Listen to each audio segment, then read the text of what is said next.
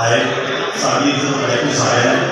मैं चाहता कि जो कोशिशें कमी सारी इंडस्ट्री जिस तरह मौला जट ने साड़ी पूरी दुनिया की इज्जत बनाई है, पहले मौला जट ने किराया पहुंचे इस तरह मिलकर चलिए ना, इंशाअल्लाह सारी फिल्म इंडस्ट्री तरक्की भी करेगी। और सारे वो लोग ने हीरे लोग ने काम करना है, राइटर डायरेक्टर किसी को घट नहीं है। मेरी गुजारिश है कि जब भी कोई प्रोजेक्ट कोई भी शुरू करे सारे मिलकर जुड़ जाओ, तो जुड़ जाओ ना इंशाअल्लाह मैं रात को करनी है।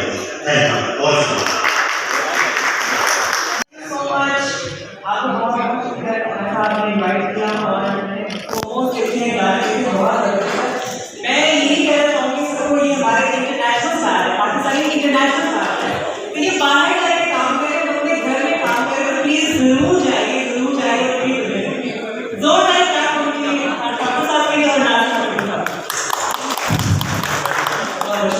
सीरीज गाना करने साधन नहीं है,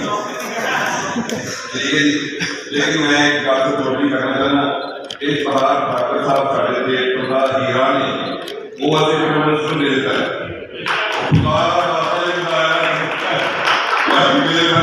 कोई साधना करना कोई चलाकीला करना इसको फायदा कोई तो बहुत आगे जाएगा। Thank you very much.